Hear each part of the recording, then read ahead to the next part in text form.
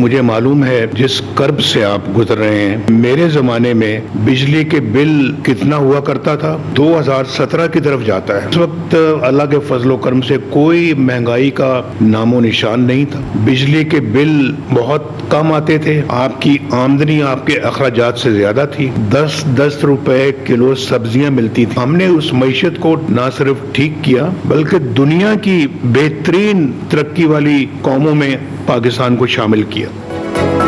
नवाज शरीफ का पंजाब में बिजली कीमत में बड़े रिलीफ का ऐलान। नवाज शरीफ ने 500 यूनिट तक की बिजली सारिफीन के लिए 14 रुपए फी यूनिट कमी का ऐलान कर दिया।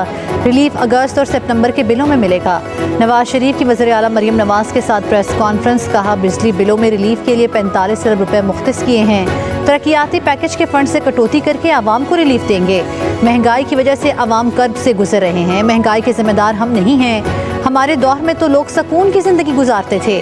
शहबाज शरीफ और मरियम नवाज से कह रहा हूँ कि महंगाई कम करे। कहा, आज भी कहता हूँ मुझे क्यों निकाला, बेटे से तनख्वाह लाने पर निकाल दिया क्या। वज़ीर आज़म को निकालने वालों को अब कोई पूछने वाला नहीं।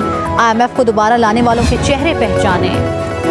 गोल्ड मेडलिस्ट अरशद नदीम के एजाज़ में GHQ में खुसूसी तकरीब में 1984 के ओलंपिक्स के खिलाड़ियों की खुसूसी शिरकत। Army chief general Asim Munir से कौमी हीरो अरशद नदीम की मुलाकात। आर्मी चीफ ने तारीखी कारनामे को सराहा। कहा, ऐसी मंजिल सिर्फ मेहनत और अज़म से ही हासिल हो सकती है। अरशद नदीम की कामयाबी से पूरी कौम को खुशियाँ मिली। ये कामयाबी पूरी कौम के लिए बाइसे फ़ख्र है। खैबर पख्तूनख्वा में PTI की हुकूमत इख्तिलाफात का शिकार। सूबाई वजीर को हटाए जाने पर आवाज़ें उठने लगी। MNA आतिफ खान ने कहा, शकील खान जैसा ईमानदार वजीर नहीं देखा। वो 10 साल काबीना में रहे। करप्शन की निशानदही करने पर साजिश की गई। किरदारों को जल्द बेनकाब करेंगे। शकील खान ने बानी PTI के पूछने पर मौजूदा सूबाई काबीना में करप्शन का बताया था।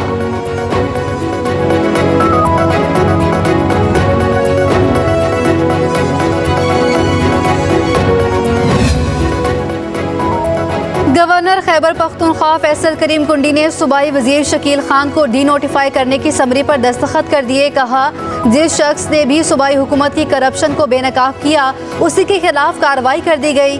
KP में करप्शन के रिकॉर्ड तोड़े जा रहे हैं। पोस्टिंग ट्रांसफर के रेट मुख्तस हैं। करप्शन सूबाई हुकूमत का मिशन और मकसद है। इसकी राह में रुकावट बनने वालों को रास्ते से हटाया जाता है। शकील खान की चार्जशीट का हक ये था कि वजीर आला मुस्ताफी होते।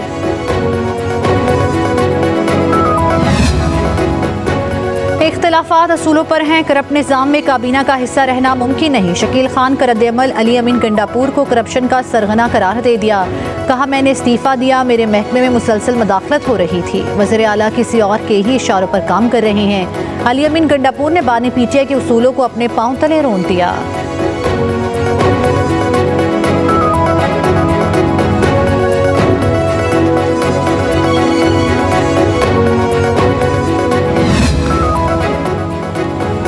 नायब वज़ीर आज़म इसहाक डार ने फैज़ हमीद की गिरफ्तारी को मौज़ा करार दे दिया। अपने रद्द-ए-अमल में कहा, मौज़े पर हैरान हूँ, पहली मरतबा इस तरह की चीज़ें हुई हैं। ये 2011 का प्रोजेक्ट था जिसका इख्तिताम हुआ। हम आज तक इसके नुकसानात भुगत रहे हैं। वज़ीर ख़ारजा ने इंकशाफ किया, फैज़ हमीद ने मुझसे भी माफ़ी मांगी थी। मैं भी फैज़ हमीद के मुतासरीन में शामिल हूँ। अल्लाह करे हम बतौर कौम सीधे रास्ते पर चलें। अकाउंटेबिलिटी का जो प्रोसेस शुरू हुआ है ये तोड़ तक जाएगा और इसमें जो जो लोग मुलविस हैं, जिन जिन लोगों के कैरेक्टर्स की इन्वॉल्वमेंट है, उनकी अकाउंटेबिलिटी भी होगी। पाकिस्तान की अफवाज को, पाकिस्तान की मैशत को कमजोर किया गया वो सोशल मीडिया टेररिज्म के थ्रू। रऊफ हसन साहब के जो फोन से शवाहिद निकले उन आर्टिकल्स के थ्रू जो लिखवाए गए पाकिस्तान को कमजोर करने में। फौज में खुद एहतसाबी खुशाइंद अमल है। अपने ही लोग का एहतसाब करना सबसे मुश्किल काम है। रहनुमा नून लीग दानियाल चौधरी की इस्लामाबाद में प्रेस कॉन्फ्रेंस। कहा, पाकिस्तान को कमज़ोर करने की साजिश में जो भी मुलविस हुआ उसे पकड़ा जा रहा है। सोशल मीडिया के जरिए अफवाज पाकिस्तान और मुल्की मईशत को कमज़ोर किया गया। रऊफ हसन ने फ़ोन से शवाहिद भी मिल चुके हैं।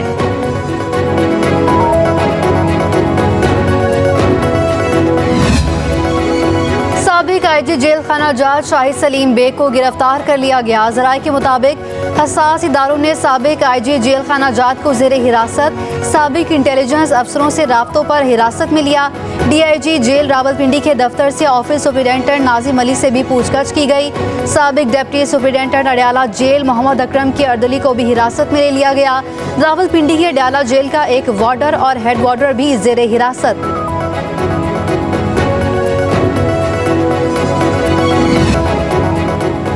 स्पीकर पंजाब असम्बली मलिक अहमद खान कहते हैं फैज़ हमीद समेत दीगर साबिक अफसरों का कोर्ट मार्शल फौज का अंदरूनी मामला है, इसे सियासी तनाजुर में नहीं लाना चाहिए। कहा रऊफ हसन की मुल्की और गैर मुल्की अनासर के साथ प्रोपेगेंडा की खबरें तशवीशनाक हैं। सियासी इस्तेहकाम ख़राब करने वालों को सोचना चाहिए कि सियासी इस्तेहकाम से मौशी इस्तेहकाम होता है।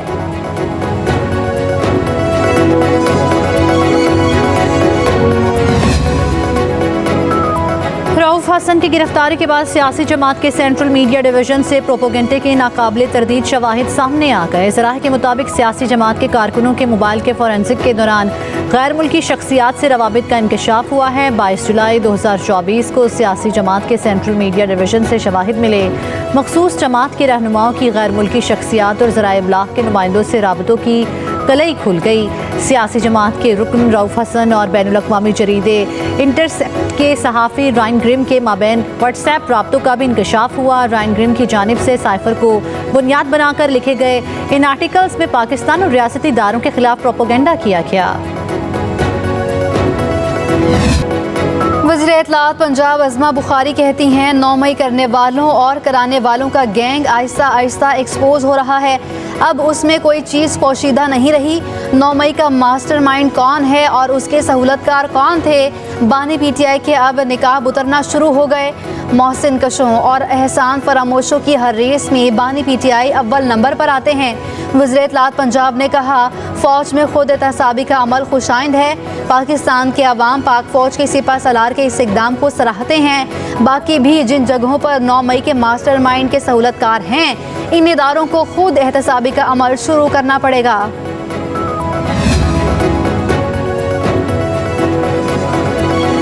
लाहौर हाई कोर्ट में इंटरनेट की बंदिश के खिलाफ दायर दरख्वास्त पर फैसला महफूज। जस्टिस शकील अहमद ने रिमार्क्स दिए कि मफाद आमा का मामला है। हुकूमती वकील की संजीदगी का यह आलम है कि उन्हें मुनासिब मालूमात ही नहीं, अदालत इस पर मुनासिब अहकाम जारी करेगी।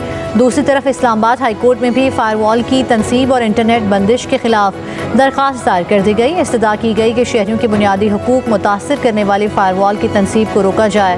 फायरवॉल की तनसीब बुनियादी हकूक के तहफ़्फ़ुज़ से मशरूत करार दी जाए। ज़राए मुआश के लिए इंटरनेट तक रसाई आइन के तहत इंसानी बुनियादी हक करार दिया जाए। दरख्वास्त पर फैसला होने तक फायरवॉल की तनसीब का अमल मुअत्तल कर दिया जाए।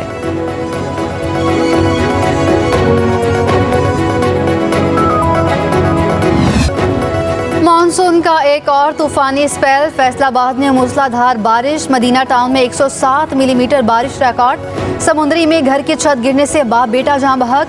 खानेवाल, जलालपुर, पिपला, शिकारपुर, कोहलू और खैबर में बादल खूब बरसे। खैबर में सैलाबी रैलों से 2 अफराद जान बहक। 15 मकानों की दीवारें गिर गई। इस्लामाबाद हाई कोर्ट ने अजहर मशवानी के 2 भाइयों की बाजियाबी से मुतल्लिक केस की समाअत का तहरीरी हुक्म जारी कर दिया। सेक्रेटरी दाखिला की रिपोर्ट में कहा गया कि कोई भी इंटेलिजेंस एजेंसी वजारत दाखिला के मतहत नहीं। मगवियों की बाजियाबी की कोशिश की मगर कोई सुराग नहीं मिला। अदालत ने करार दिया कि शहरियों को हब्से बेजा में रखना आईन पाकिस्तान के खिलाफ वर्जी है। शहरियों को गैर कानूनी हिरासत में रखने वाले सरकारी एहलकारों के खिलाफ कार्रवाई का तयन किया जाए।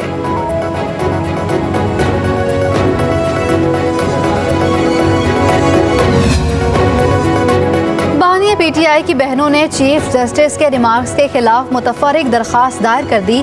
मौक़िफ़ इख्तियार किया कि चीफ जस्टिस ने गुज़श्ता रोज़ मार्गरा हिल्स केस में 190 मिलियन पाउंड केस से मुतालिक रिमार्क्स दिए थे। 190 मिलियन पाउंड केस ज़ेरे इल्तवा है जिसका वाइल्ड लाइफ केस से कोई ताल्लुक नहीं। चीफ जस्टिस काजी फायज़ ईसा के रिमार्क्स ज़ेरे इल्तवा केस को बुरी तरह मुतासर करेंगे।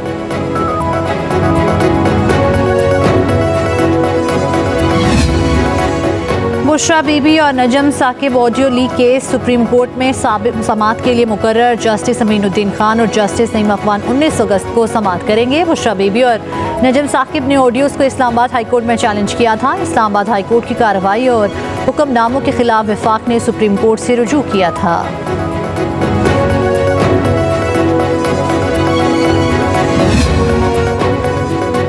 यूटिलिटी स्टोर्स को दी जाने वाली सब्सिडी पर टर्नओवर टैक्स आयद कर दिया गया। रवा माली साल यूटिलिटी स्टोर्स को दी जाने वाली सब्सिडी पर 1.25% टैक्स आयद होगा। ज़राए के मुताबिक सब्सिडी पर FBR रवा माली साल तकरीबन 1 अरब टैक्स वसूल करेगा। सब्सिडी पर टैक्स आयद करने के लिए रवा माली साल फाइनेंस बिल का हिस्सा बना दिया गया। FBR और यूटिलिटी स्टोर्स के दरमियान सब्सिडी पर टैक्स आयद करने का तनाज़ा है। गज़ल हो या कवाली, नुसरत फ़तेह अली खान के बगैर संगीत अधूरा है। नुसरत ने जो गाया अमर हो गया। दम दमादम मस्त कलंदर तो गोरे भी झूम उठे। नुसरत फ़तेह अली खान ने सूफ़ी मौसीकी को दुनिया के हर कोने में फैला दिया। दुनिया भर के मौसीकारों ने अपनी फिल्मों के साउंड ट्रैक में नुसरत फ़तेह अली खान की ही आवाज़ इस्तेमाल की। नुसरत फ़तेह अली खान को मदाहों से बिछड़े 27 बरस बीत गए।